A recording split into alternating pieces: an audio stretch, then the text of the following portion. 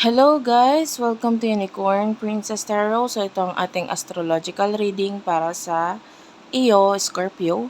Check mo yung iyong rising sign or yung iyong ascending, yan kung tawagin, or yung ascendant. Dahil dyan ako nakakonsentrate. Check your ascendant or your sun sign para mas accurate sa iyo ang reading. Okay? So, Scorpio, simulan na natin. By the way, if you want to book a personal reading or tarot palm reading, dito ka na lang pumunta, Unipree sa TikTok.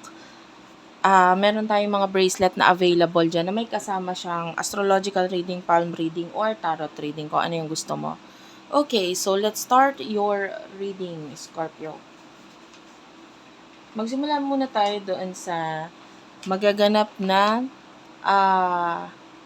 retrograde, which is June 29 hanggang November 15 ito, ngayong 2024.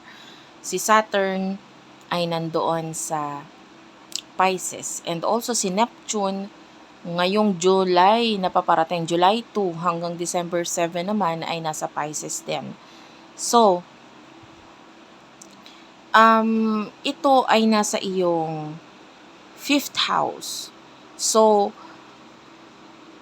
ano ba si Saturn at si Neptune? And ano yung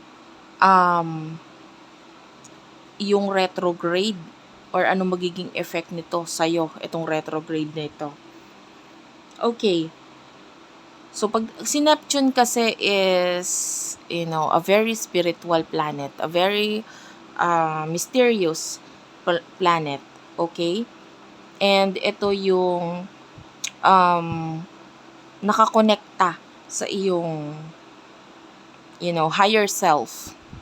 And si Saturn naman is, talking about responsibility and a very kumbaga, isipin mo yung parang estudyante na talagang disiplinado, committed siya, no, na ma-overcome, magawa yung kanyang mga challenges and responsibilidad. Okay? So ito dahil may retrograde na nagaganap dito. So ibig sabihin may pagbagal ng takbo ng planeta na yan. Para sa iyo, ito yung dahil ito ay nasa iyong 5th house, medyo magiging intense yung usaping love or usaping romance para sa'yo. And maaaring nandito yung maging mas intense yung feeling na maramdaman mo, especially sa mga taong parang nakakaramdam ka na may spiritual na connection sa'yo. Okay? And pwedeng yung mga bawal na pag-ibig, pwedeng maging mas intense ito para sa'yo ngayong July. And also, yung 5th house kasi is talking about children. So, pwedeng maging maapektuhan din ito. Pwedeng ikaw ay maging mas sensitive sa kung ano nasa isip nila or emotions or feeling nila.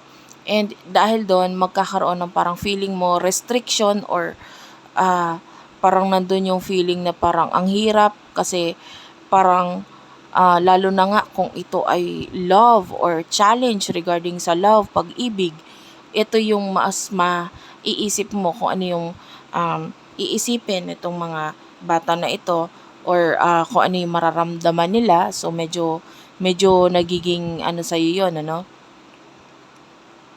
nagiging issue.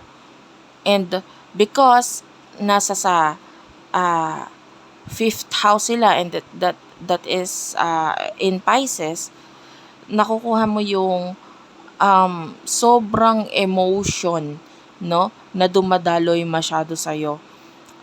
Masakit. Kumbaga, nandun yung feeling na masasaktan ka, mararamdaman mo yung suffering and pain na yan. Pero ito yung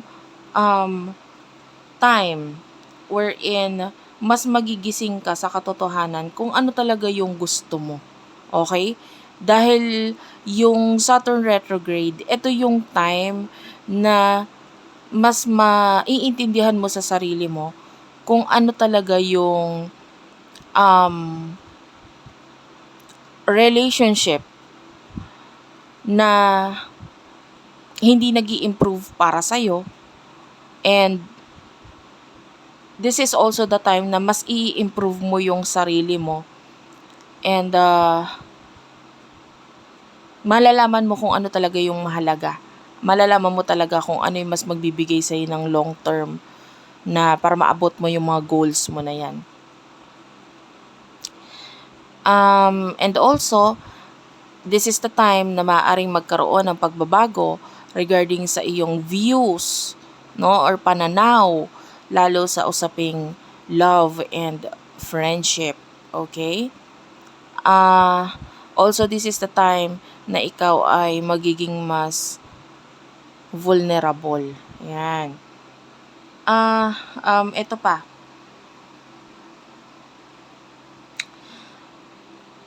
Maaaring medyo maging mahirap para sa'yo ang kung paano mailalabas yung pagiging playful mo or yung pag-express ng iyong mga hobby or mga bagay na gusto. Pwedeng ito yung time na pag-iisip, mababago yung mga hobbies ng iba sa inyo dahil iisipin nila yung ito bang hobby na to ay nagwo-workout para sa akin or hindi na. Yeah, pwedeng may mga ganon. Especially kung yung iba nagkaroon na halimbawa ng anak, ayan, nagkaroon ng children, so na iba na, nagkaroon ng, syempre, maybe in the past, ay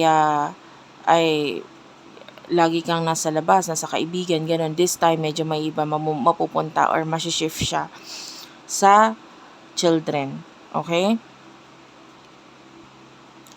And next nating pag-usapan ay yung July 6, 2024, which is July 6, 2024, it is yung Venus naman na planet. Nag-i-square siya sa Chiron. Si Chiron actually is not a planet but ito yung may kinalaman sa healing and teaching you a lesson, parang ganon. And si Venus is a planet for love. Lalo na ito ay nangyayari sa iyong 9th house. Si Venus ay nasa iyong 9th house and then si Chiron ay nasa iyong 6th house. Pwedeng makaapekto sa'yo yung daily activity or daily connection mo with your love life, no? Pwedeng marami kang malaman or medyo magkaroon ng epekto or yung inyong pagsasama or kung ikaw ay may karelasyon, nandito yung maaaring pag-aaway, pagkakagulo, tensyon, stress, no? Maaaring may mga pressure na ipapagawa sa'yo or mga pagbabawal na gagawain sa'yo or vice versa. Pwedeng ikaw ito na magbibigay ng mga pagbabawal or yung parang siya na ang magdidesisyon para sa'yo or ikaw na ang magdidesisyon para sa kanya. Especially na yung new moon ay naandoon. So, new moon is about mga new beginnings, mga pagbabago. And it is also in your 9th house. Maaring may mga bagay kang actually the new moon, hindi ko yata nabanggit, July 5 ang nito, new moon na ito. So, dahil doon, maaaring may mga bago kang matutunan or gustong matutunan during this time. Pwedeng yung pag-iisip regarding sa pagta-travel or regarding sa pag-aaral ng law or psychology or maybe even astrology or what. Pwedeng pumasok ito sa isipan mo with the new moon. And if you are a writer, ayan, pwedeng yung pagpapublish ng book pwedeng maisipan mo this new moon. Ayun na nga, and dahil nagkakaroon siya ng square dito sa iyong Chiron, pwedeng magkaroon ng epekto itong relasyon mo dito with this person na pwedeng siya yung magiging mas vocal or maging mas open sa kung ano yung gusto niyang mangyari, and ito ay pwedeng magbigay ng aggressiveness na yung parang dinidiktahan ka, and that would create a problem sa relationship or sa connection mo with regards sa partner mo. Okay? And also, on July 15, 2024, nagkakaroon na ng pag-i-square kay Sun at saka kay Chiron.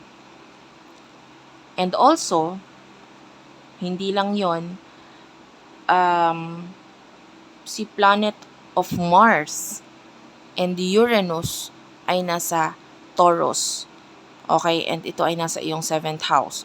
Si Mars at si Taurus, actually, hindi siya pwedeng pagsamahin. Hindi siya magandang magsama. Hindi sila magandang magsama. Okay? Kasi, and also, nandito pa sa Taurus, si Taurus, ang sign niyan ay yung bull. Ngayon, para ka nakakita ng bull, na yung bull nakakita ng pulang tela. Pasugod talaga yan. Pasabog, kumbaga. Actually, last time, or hindi man last time, isa sa main event na nangyari na nagkaroon ng pagsasama ang Uranus at Mars sa Taurus ay year 1941. So, bakit ko nabanggit? Medyo importante to. Na year 1941, nagkaroon ng World War II. Okay? So, yun yung time na nagkaroon ng pagsasama si Uranus at Mars. Ang exact date ng pagsasama na ang dalawang planet na yan ay May 9, 1941. So, ito, may effect yung pagsasama ng dalawang planet na ito sa sign ng Taurus, hindi lang sa mundo, bagkus sa mga bawat isa na individual sa atin, And to tell you more about sa nangyari noong 1941, bigyan lang kita pa ng idea. 1941, kasi ang effect nito, hindi lang naman, sinabi ko July 15 lang siya, then kinabukasan okay na. Ang effect nito before and after, no? For example, May 9, yung nagkaroon ng pagdidikit or pagsasama itong planet na ito. Pero May 7, meron ng pagpoprotesta na ginawa ang company ng Walt Disney Animation sa kumpanya nila. Yung mga empleyado ng Walt Disney nagkaroon ng pagpoprotesta, no? And yun ay tumagal ng 4 na buwan na protesta. Ngayon, yung isa pang event is nung May 28 sa Germany. Itong tinatawag nilang battleship. Siyempre, World War II na ito, no? Yung battleship nila, yung gamit nilang ship pang digma, ay pinalubog ng British Naval Force. So, nakita mo yon, sobrang lala ng mga pangyayari during that time. Napaka-agresibo. So, this time, pwedeng makarinig ka rin ng mga hindi inaasahang balita, mga news about pagpoprotesta, pag-aaway, pagkakagulo, ganto ganyan. Pero of course, ipag-pray natin na wag maging ganun kalala ang effect sa atin ngayon. Okay? Ngayon, pag-usapan natin ang epekto nito sa iyo individual, as an individual. Scorpio rising, ang iyong Uranus and Mars na event ay nangyayari sa iyong 7th house. So ano ang 7th house? Ito ay may kinalaman sa marriage, partnership, business partners, someone na may usapin kayo regarding kontrata, relationship, etc. Live-in partners, kasama yan. Someone na basta may partnership ka sa kanila, no? Or may usaping pinagshe-sharean kayo sa isa't isa. Like maybe you share properties with this person, you share money with this person. So may partnership ka, partnership mo yon sa ibang tao. Okay? So, dahil nagkakaroon ng conjunction dito sa iyong place kung saan may pinatutungkulan ito sa iyong partnership, pwede magkaroon ng problem doon.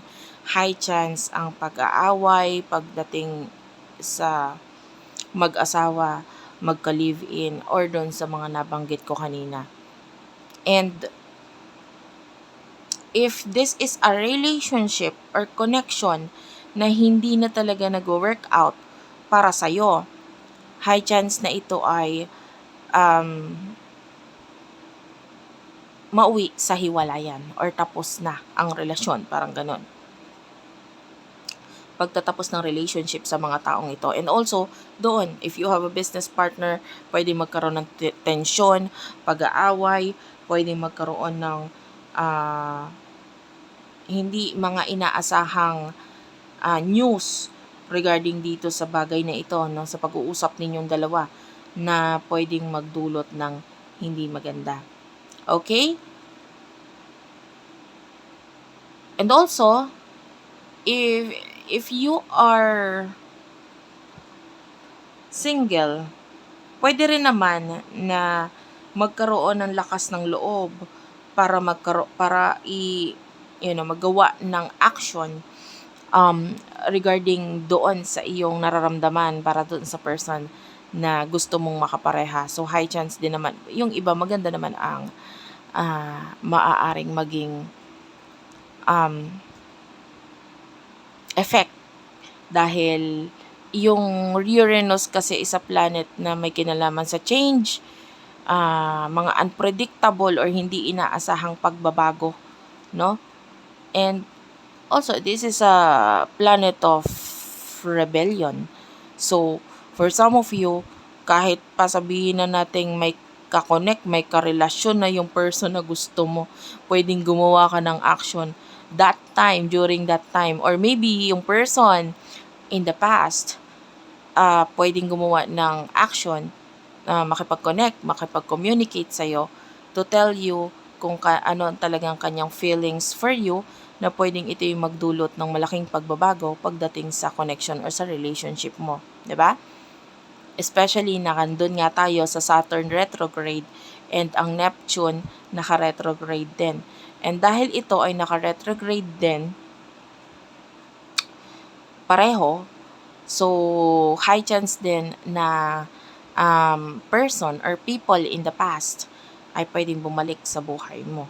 Okay? Magpaparamdam, mag-message, etc. And let's move on sa susunod na event, which is July 20, si Mars, planet of Mars, nagkakaroon ng pagsisextile kay Neptune. Okay. So, si Mars is about action and Neptune is about dreams, spirituality. And dahil nagkakaroon ng pagsisextile sa kanila, ito ay nagbibigay ng supportive energies. Ito ay nagbibigay ng opportunity. Ito ay nagbibigay ng parang realizations na sabi ko nga, kung ito ay may kinalaman sa mga taong kakonect mo na may usaping spiritual, no? Parang spiritually connected kayo nitong taong ito. Lalo na ito ay nandito si Mars ay nasa 7th house at si Neptune, ay nandito sa iyong 5th house. So, pwedeng magkaroon ng realization sa kung ano talaga yung connection ninyo.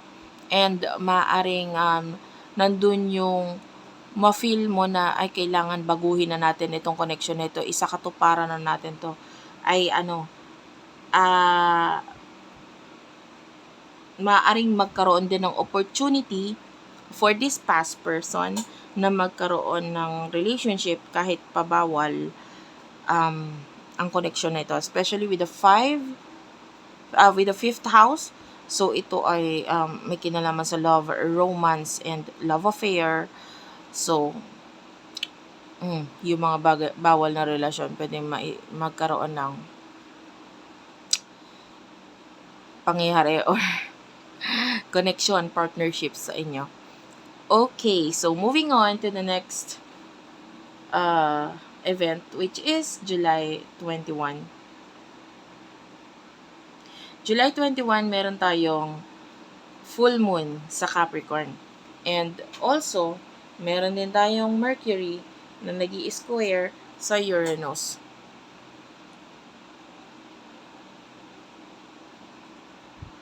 Wait lang, hinahanap ko kasi si Mercury kung nailagay ko pa siya dito sa iyong chart. Parang hindi ko na idikit si Mercury. Okay, hindi ko nga naidikit si Mercury. Wait lang.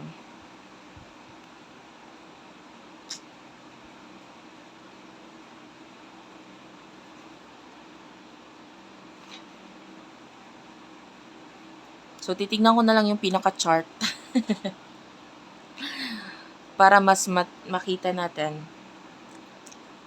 Ayan. Mercury ay nag-i-square sa iyong Uranus, which is si Uranus nga ay nasa 7th house. And then si Mercury naman ay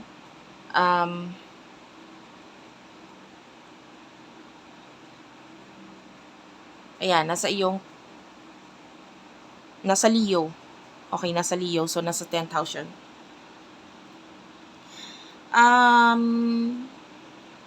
Okay.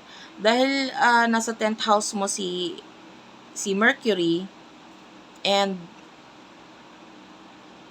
Venus, by this time, si Venus na ando na rin sa Leo. Ilipat ko lang. Okay. So, by this time, nandyan na rin si Venus sa iyong Leo.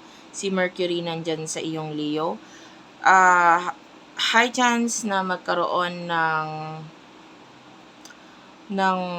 anong tawag dito? Ng big change pagdating sa iyong love. Okay? Pwedeng ito ay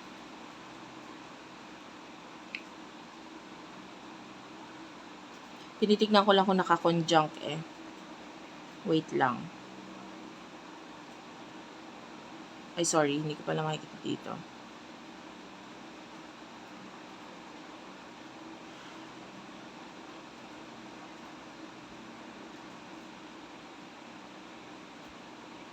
Okay.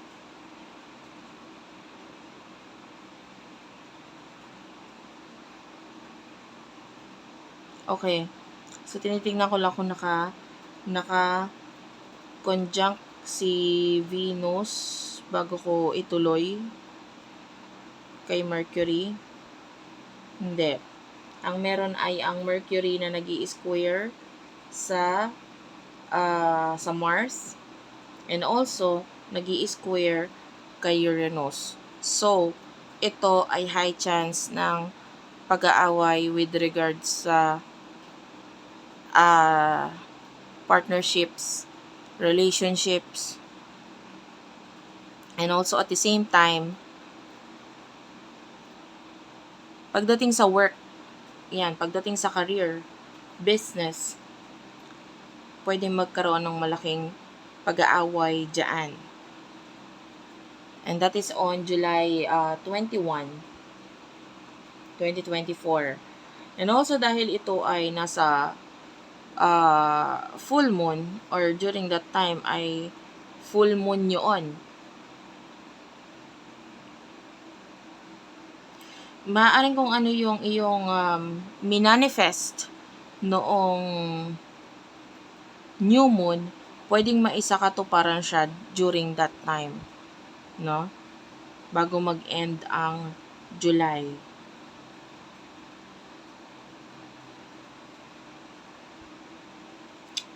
So, banggitin ko lang yung sa full moon. Kasi si Capricorn is connected din siya sa history, sa tradisyon. Maaring during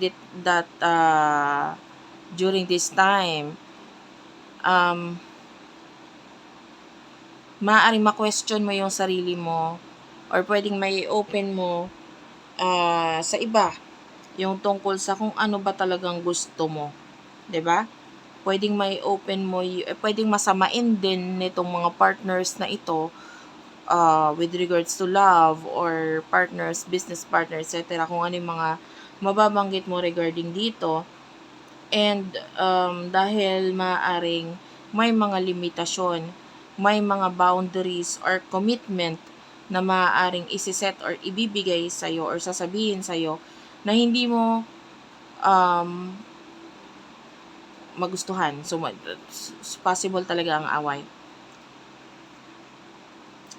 But anyway, like what I've told you, kung ano man yung mga challenges na mangyari, inilalagay ka lang nito sa better person or better people na para talaga sa'yo, no? Na in time, marirealize mo rin, kaya siguro inalis or umalis itong taong ito sa buhay ko kasi for me na ma-improve ko ang sarili ko kasi because maybe dito sa mga taong to walang improvements eh. 'Di ba? Ang gustong mangyari kasi ni Saturn na naka-retrograde, gusto niya ng improvement sa'yo. Gusto niya na ma-bring mo or ma-bring out mo yung best mo, best version ng sarili mo. And also, kung ano man yung mga bagay na hindi pa nare-resolba in the past, and maaaring emotions na tinry mong kalimutan in the past, or mga issues na hindi nauungkat in the past, pwedeng maungkat lahat yun ngayon. Pero kung ano man itong mga ito ay pwedeng mas magbibigay ng better future para sa iyo. Kasi kung saan ka naka-stay, maaaring hindi ka naman talaga nag-grow diyan. Okay, so yung event na yun, although mahirap, masakit or what, nandun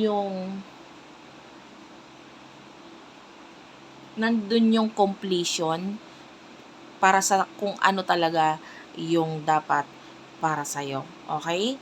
So, whether sa career, sa love. So, hopefully, nakakuha ka ng message doon. And, yeah, please do check your rising sign kasi nandun yung, or even your sun sign kasi nandun nakafocus ang ating reading.